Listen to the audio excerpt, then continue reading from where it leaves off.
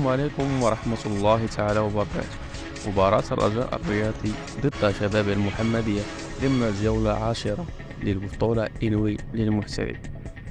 يلتقي الرجاء البيضاوي فريق شباب المحمدية ضمن فعاليات الجولة 10 من الدوري المغربي ضمن المركب الرياضي محمد الخامس اليوم على الساعة 3.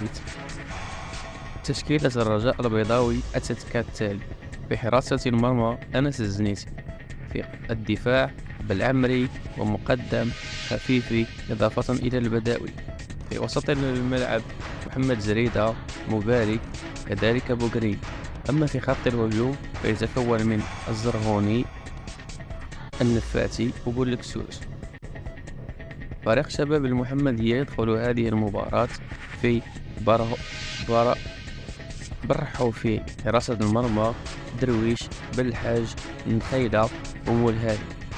بالنسبة لي يدخل المدرب شباب المحمدية بأربعة خطوط الوسط: نور الدين، أفيلا، بنكسب، والزمراوي. بالنسبة للهجوم فيدخل شباب المحمدي بالناقوس والنشاري. المباراة سوف تبدأ على الساعة 3 بعد الزوال على أرضية ملعب محمد الخامس.